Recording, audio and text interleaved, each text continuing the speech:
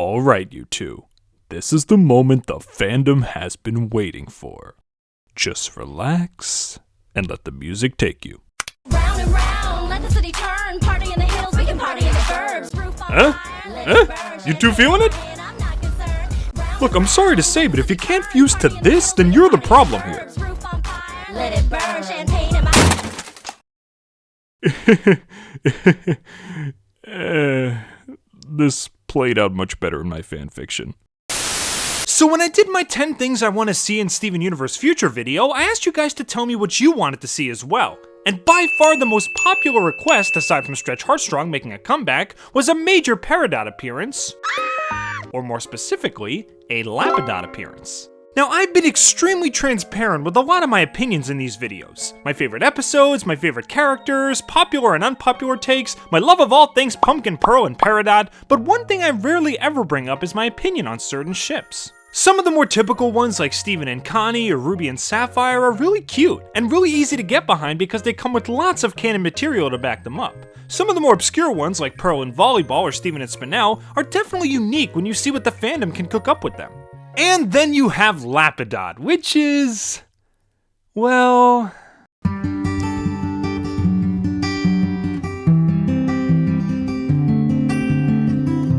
yeah, these two are absolutely precious in every way. They started on bad terms for understandable reasons, but eventually learned to enjoy each other's company and became the absolute closest of friends. Raising a farm, taking care of a pumpkin puppy, building meat morps, watching sappy camp dramas, and just building a new life together. Ironically, on the very same planet they were trying to escape from and destroy at one point.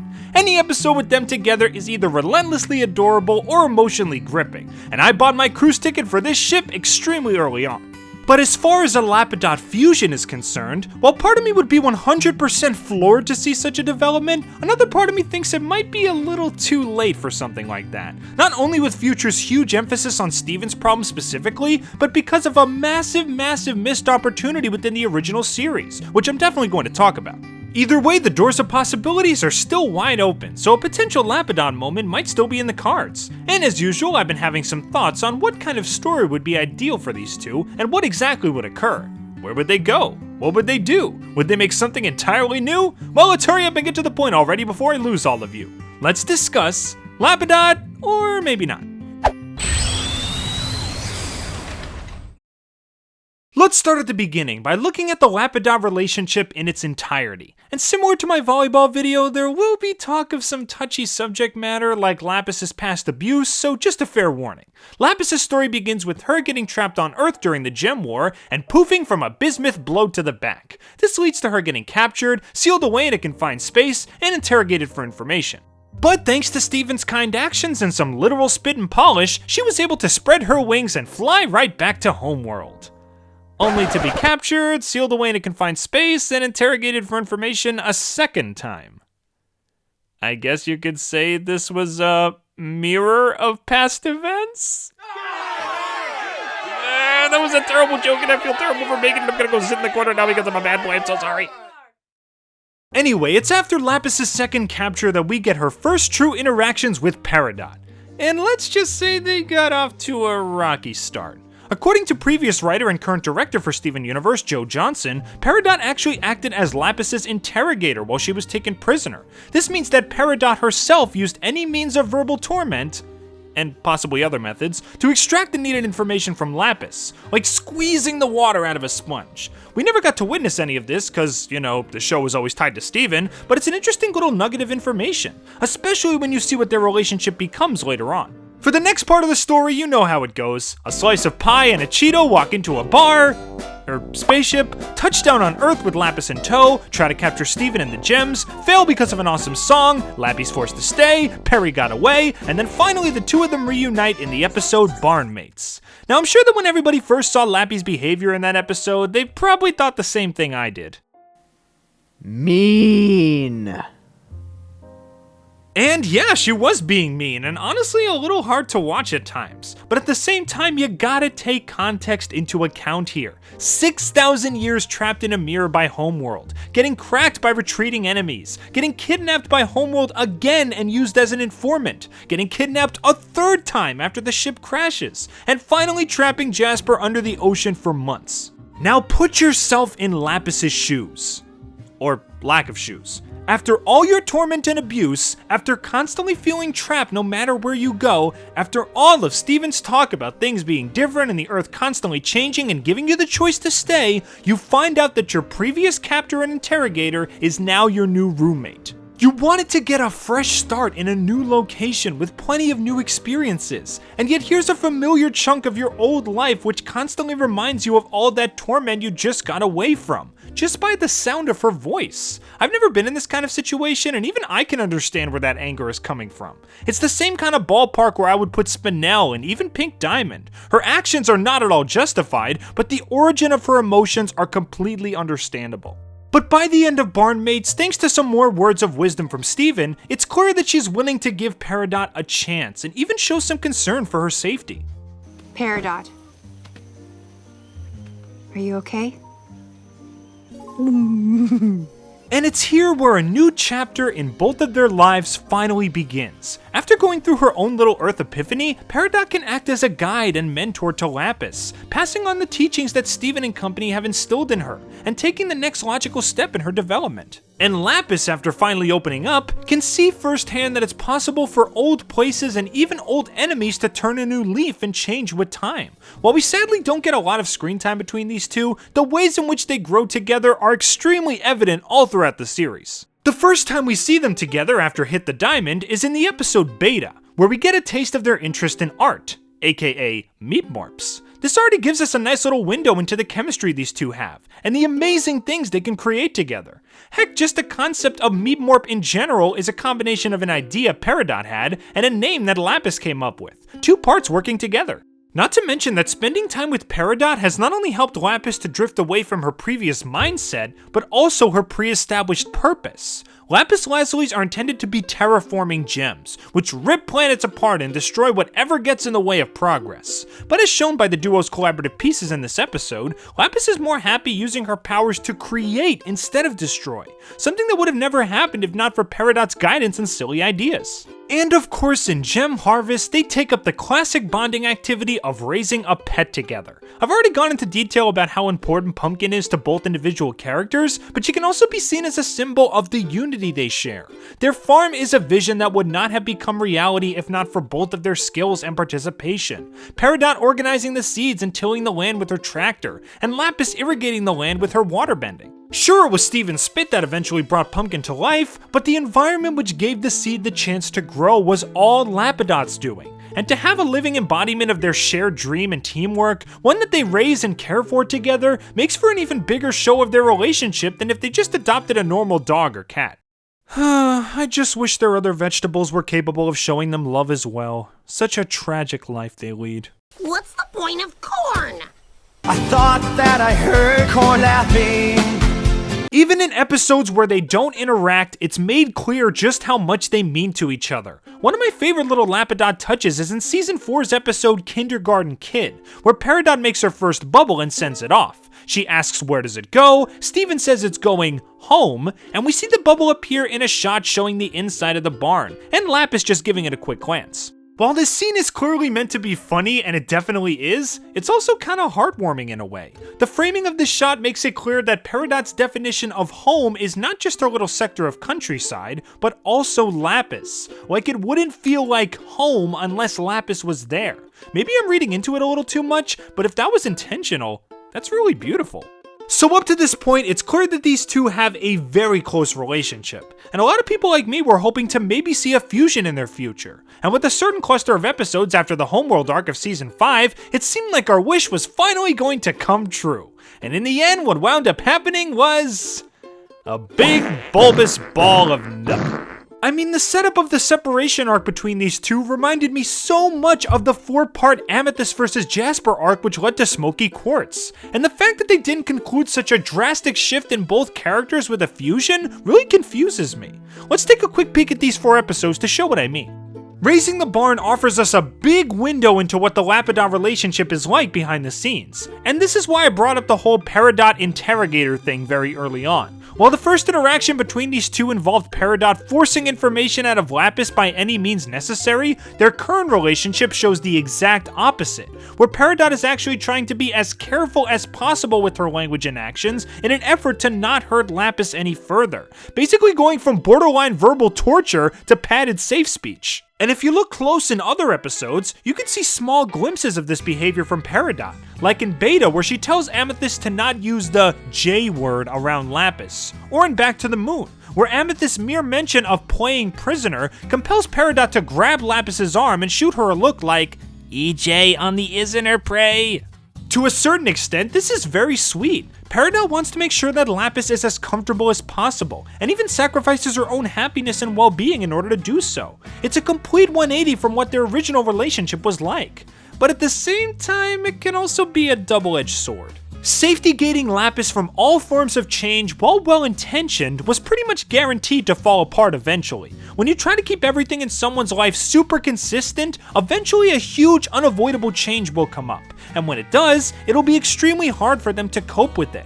Not to mention that when you lie to someone in an attempt to keep them safe, you also run the risk of them losing their trust in you when they find out the truth. In fact, if you want an extra serving of irony, Peridot trying to isolate Lapis from Earth's ever-changing nature is like spitting in the face of the very thing that allowed them to have their relationship in the first place. Now, am I saying that Lapis would have been 100% fine if Peridot was more willing to let change happen? Absolutely not, and we'll get to that later. But it would have made for a much more stable foundation for their relationship, and Peridot wouldn't have to walk on eggshells 24/7 to ensure Lappy's happiness. And in the end, Peridot endures a cruel twist of fate. After sheltering Lapis from change for so long, she's forced to endure the most painful and heartbreaking change of her life. Lapis taking the barn into space and leaving her behind. Her entire life just ripped right out of the ground and nothing she can do to stop it.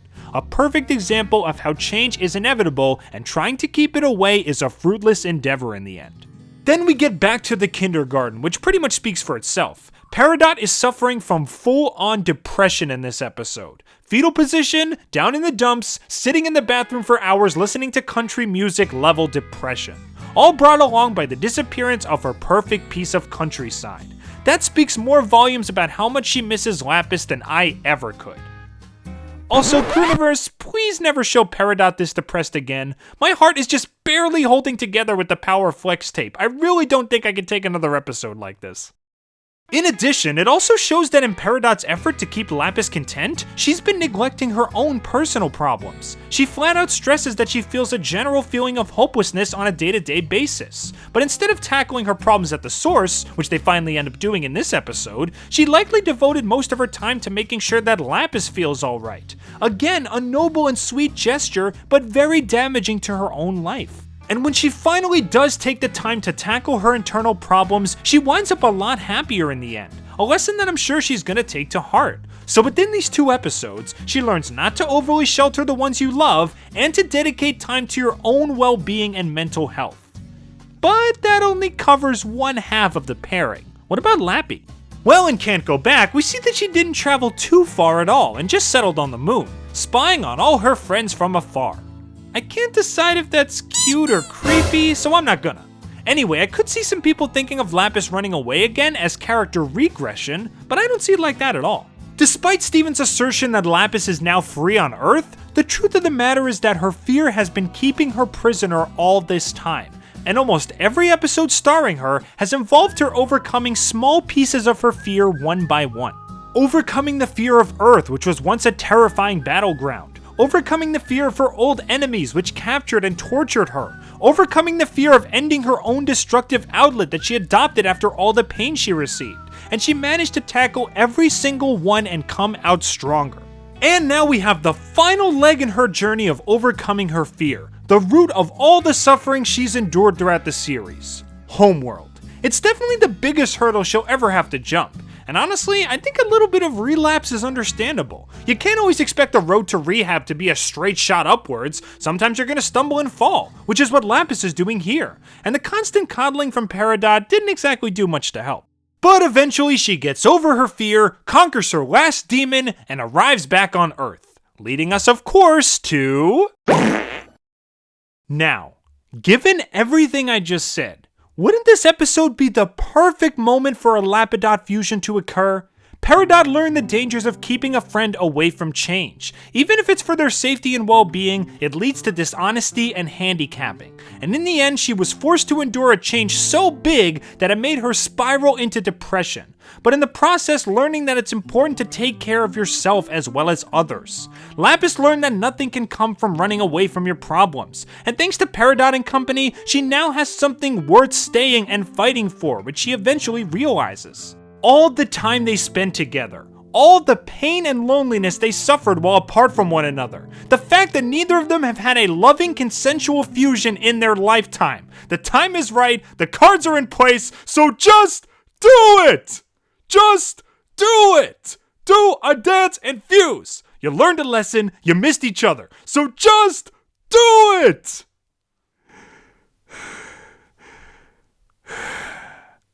Whoops, forgot to flick the fanboy switch off again. Sorry about that. Anyway, yeah, that's why the maybe not is in the title, since the series had a perfect opportunity for a Lapidot fusion, but completely missed it. I mostly blame the fact that I think Reunited as an episode is kinda cluttered. Trying to squeeze an adorable wedding between Ruby and Sapphire and an epic fight against two of the diamonds in only 22 minutes feels more like an emotional and tonal clash rather than a proper special event. I would have given it an extra 11 minutes at best. Then the emotions could have had more time to play out, and the shift in tone wouldn't have felt so drastic.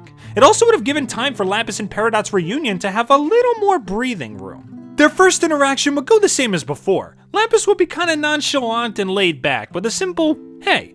But this time when Yellow Diamond shows up, instead of poofing Peridot when she walks up to her, she slaps her away and she flies off into the ocean. Lapis then flies after her in a panic, wanting to make sure she's okay. She sees Peridot's dress floating at the top of the water and realizes that she's sunk to the bottom. She's a little nervous at first since being on the ocean's floor was a big part of her trauma, but after all she's been through, she's able to suck it up and rescue Peridot. Peridot wakes up from her unconscious state to see that Lapis was the one who rescued her. Lapis says, "Peridot, are you okay?" As a mirror to the first time she showed concern for her. Peridot immediately tries to apologize for all that she did, but Lapis quiets her down, giving her own apology, and then the two of them just hug, as a sort of never leave me again gesture. And then they finally fuse for the first time, return to the fight, give it their all, but then they're both eventually poofed together and the rest of the story goes on as normal. I don't know, maybe a little bit cheesy, but it would bring this little arc to a satisfying ending, instead of just a simple, "You're back." Yep, okay, cool. So yeah, I'm a little disappointed that it didn't play out like that, but it's still possible for Lapis and Peridot to have their first fusion in future. In fact, if the writers end up going with Steven as the endgame antagonist like many have predicted, it might open up the chance for some episodes of the series that aren't latched to the protagonist. If Steven becomes a villain or threat, it's likely that the other Crystal Gems will have no idea how to handle it. Do they fight him and risk shattering him? Do they try to talk him out of it and risk getting shattered themselves? And to reflect how unsure and unfocused the Gems would be in this situation, the series itself would keep changing the focus to different groups of characters. Not only would that be a breath of fresh air for this series, but it would allow for some more private and meaningful moments with the other main characters, like what was hinted at with Sadie and Lars in Little Graduation. And one of those special moments would be Lapis and Peridot getting some alone time together. When and if Steven transforms, he might not go on a destructive tirade Godzilla style, he might just go off to some remote part of the Earth, since all he wants to do is just be alone. The Gems would be trying to come up with plans to try and track him down and bring him back to normal. Meanwhile, Lapis and Peridot decide to go out to the countryside where the barn used to be. They want to help come up with a solution too, and they agree that they always get their best ideas when they're around nature. Peridot starts to freak out a little bit, talking about how Steven was the essential key to many of their victories and even character moments in the past. Heck, she's been meta before, I could see her doing it again. But Lapis calms her down, saying that it's okay to be scared. This is just another one of Earth's big changes, and they've been able to face far worse things together. So what makes now any different? Peridot is still very worried, so Lapis thinks of something to calm her down. Lapis starts singing a little song and takes Peridot's hand to dance. She leads the way since she's the only one out of the two of them who's fused at all. They embrace by the end of the song and form their fusion. The fusion gets some time to walk around and test its new body. It stumbles around quite a bit since half of it has never done this before, but eventually they get control of themselves and agree to fly off to search for Steven in this new form. Whether or not they'll be able to find him on their own varies, but it would be a nice little climax to the relationship that the original series has built up so much.